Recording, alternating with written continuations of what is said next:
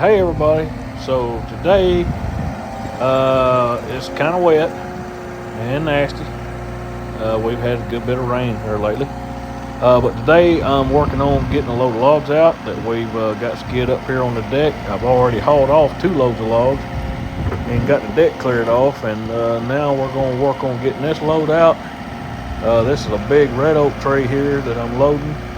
And y'all, this machine that we've got here, surprise, surprise, this machine is actually our machine. This is a machine that I bought here a few weeks ago, and we've just been waiting to get it here and get it home, whatnot. And thankfully, everything has worked out to where we've got it home now and are able to use it. And I loaded 2 loads with it already and got out, and now we're loading this last load. And I can tell you, it sure does make a big difference on the loading, and turnaround times as far as getting the logs to the mill. I can load a load of logs now in 15 minutes versus, using the side loader usually would take 30 to 45 minutes. And really, y'all, it's going to transform the way we do things. Not so much with the mules, because we're still going to use the mules to skid the timber out and whatnot. But instead of skidding it and putting it right on the truck, which is the way we used to have to do it, now we'll be able to skid it out on the deck and then stack it with a skid loader and then haul whenever it's convenient for us. So that'll be nice. Okay, so this red oak here that I just put on the truck, it was a big butt cut. I put the tapered end toward the rear. I put the swell in, the butt end toward the front, because I want to push more weight up on my steer tires versus on the drives, because that makes it a little safer going down the road, makes it drive a little better. And y'all, this skid loader here is a 2016 model. It's a 299 D2 XHP Caterpillar, 110 horse, and it'll handle 2 logs, as y'all can see here, very easily. And the main reason I went with Caterpillar is because of my dealers. We've got a Thompson Caterpillar dealer here in Manchester, Tennessee, and they're very good. And Jonathan, if you're watching, buddy, I appreciate you, everything that you've done for us and helping us with my skid loader here. But this is not a new machine, it's a used machine. It's got about 1,600 hours on it now, and I just feel thankful and blessed to be able to get it. It has definitely helped us out a lot so far. Which the only thing I've done with it so far is just load the truck. And today I did a little bit of cleanup work. This job that we're on here, our landowner is wanting us to do some cleanup work for him, and so we'll be able to do a little bit of that too. We've got a grapple for it, a brush grapple, a bucket, and a set of heavy pallet forks. So it'll be mighty handy for a lot of things.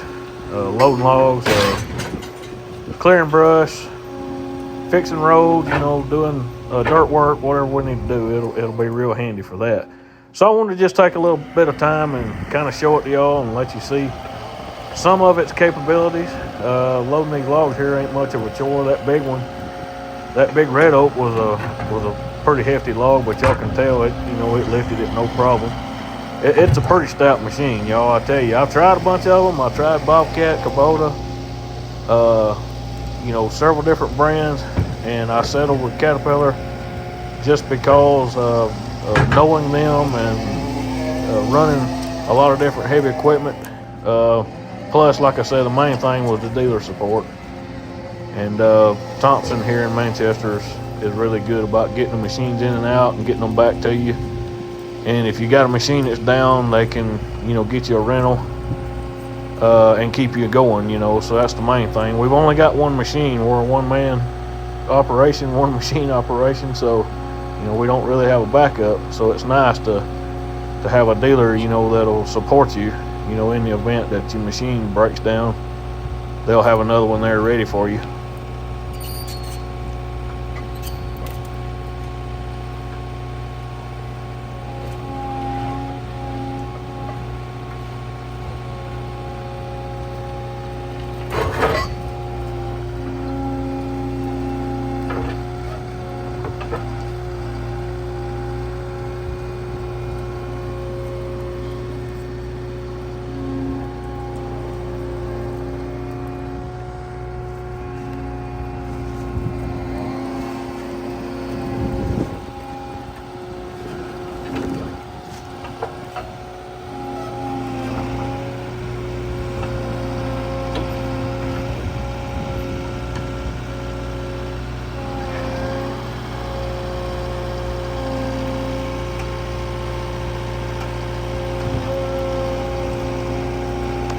Now I'm gonna take this log back off because it's got a little bit of a swell in it also. I'm gonna take it back off and turn it around to where I can put the swell toward the back end, because I want to offset the swell of that one big log I put on there. So I had to kind of turn them opposite directions where they'll fit on the log truck good. And that's one thing about having the skid loader or any type of mechanical means of loading and unloading. It's not as good as a knuckle boom, because a knuckle boom, you know, I could have just picked it up and spun it around and set it right back down.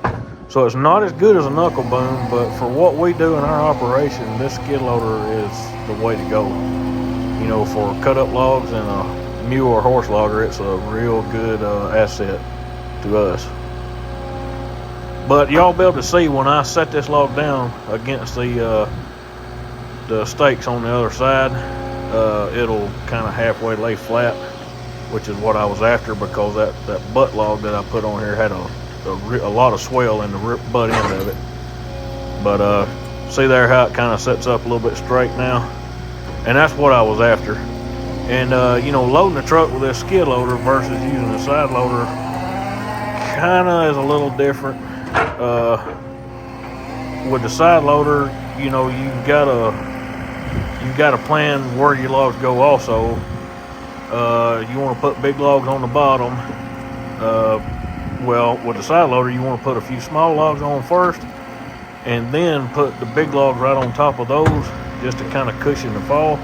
But now with a skid steer, it's better to put your big logs on the bottom, keep your center of gravity, your weight down low. You want to put your big logs down low, and also on the driver's side to account for road crown.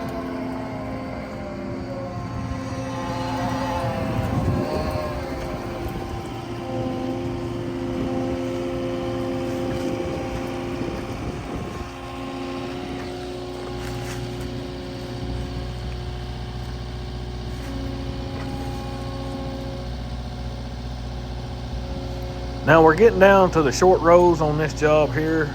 We've got a few line trees down here on the fence row that we've got to take the fence down to cut them, because they're leaning real hard over the fence toward mine and my wife's property, over my wife's pasture. So I've got to take the fence down, cut those line trees, and then put the fence back up. And we've got to do it in a hurry because she's got animals out there, and she's going to put them in the barn for us for a few days. But we don't want them, you know, having so much interruption in their pasture time either.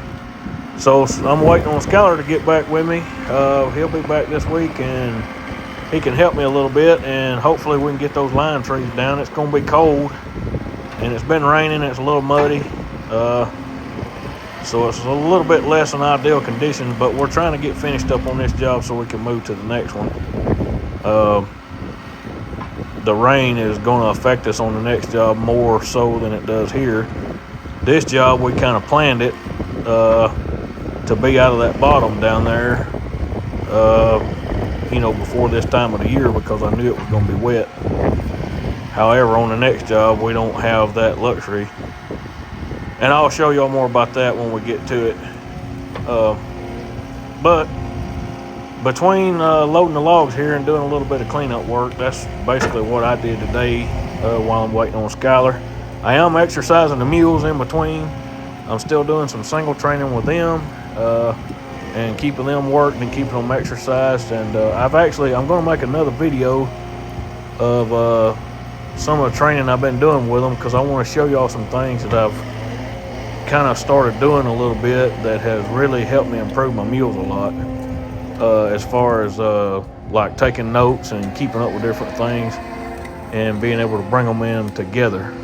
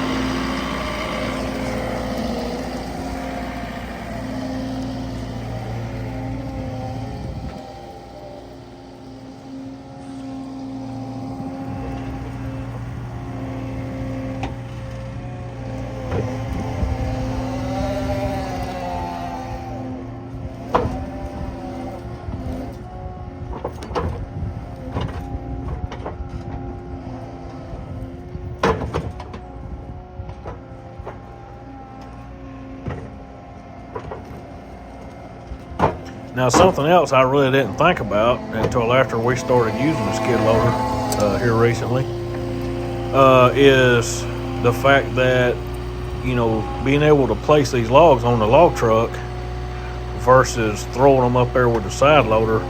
You know, we're able to place these logs kind of lightly, and they don't get wedged in as hard as it does whenever you load with the side loader. So that makes it a little bit easier at the mill. The last couple loads have really come off really nice, and that has been helpful too as far as turnaround times at the mill.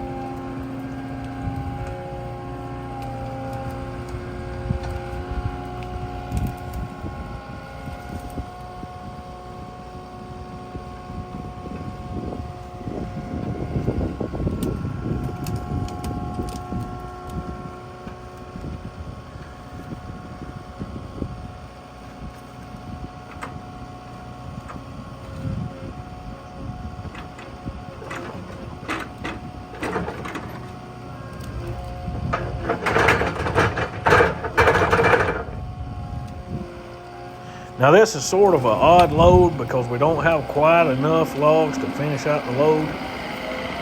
And the reason being is because we've got all the money trees cut.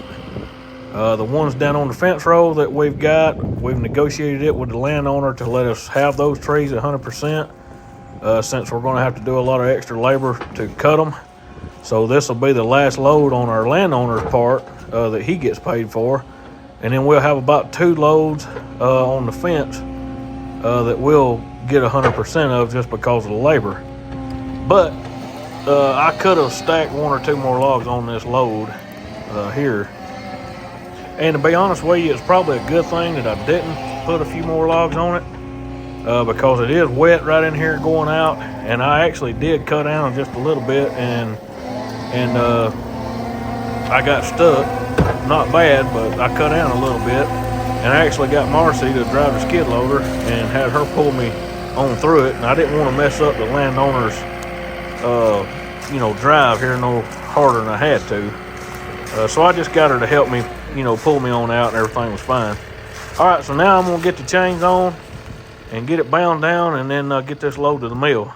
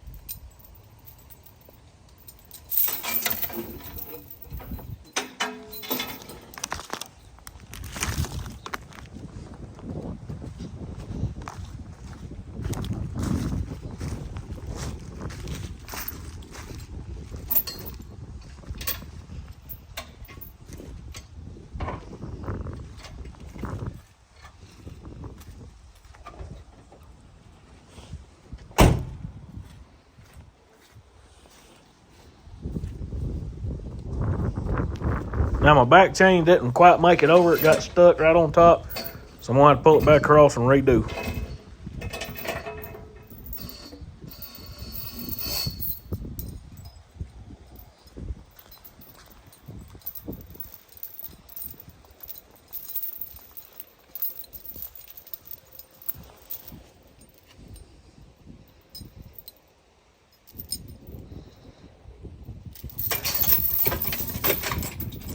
Now, for those of you that are just started watching our channel, when we bind these loads down on this side loader truck, because it's got trip standards on the side that I'm on now, these standards on this side will drop to dump the logs off at the mill. We wrap the chains around these standards in such a way so that if the dump system were to fail going down the road, the chains and binders would hold it and keep it from accidentally tripping going down the highway.